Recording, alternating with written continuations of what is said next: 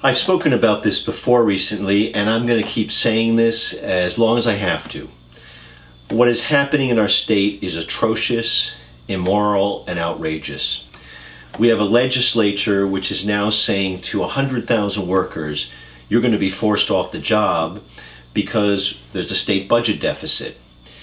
And the first thing that we have to remember is that the workers that are being forced to take essentially one-day furlough and being forced off their jobs are really the victims of a system that has created this budget deficit.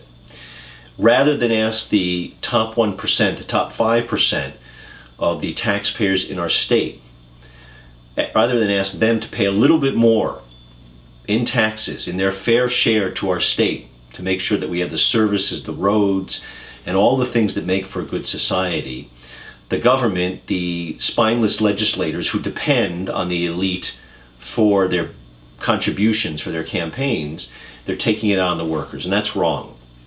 What we should do before we push the average person out, the worker who's just trying to make ends meet, before we take it out on them, we should explore all the other options. And the first option is to ask those who have done very, very well to pay a little bit more.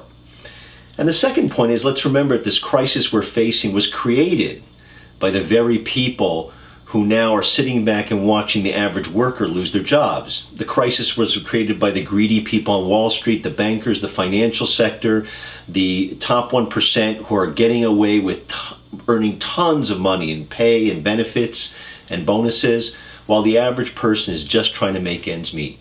So look at the situation we're creating in the state. The folks who should pay more aren't paying more. The folks who should pay more aren't paying more actually helped create the crisis. And now who's shouldering the penalty? The average person. That's wrong. We can't stand for it. And if I'm elected to the United States Senate, I'm going to march with the workers to make sure this never happens.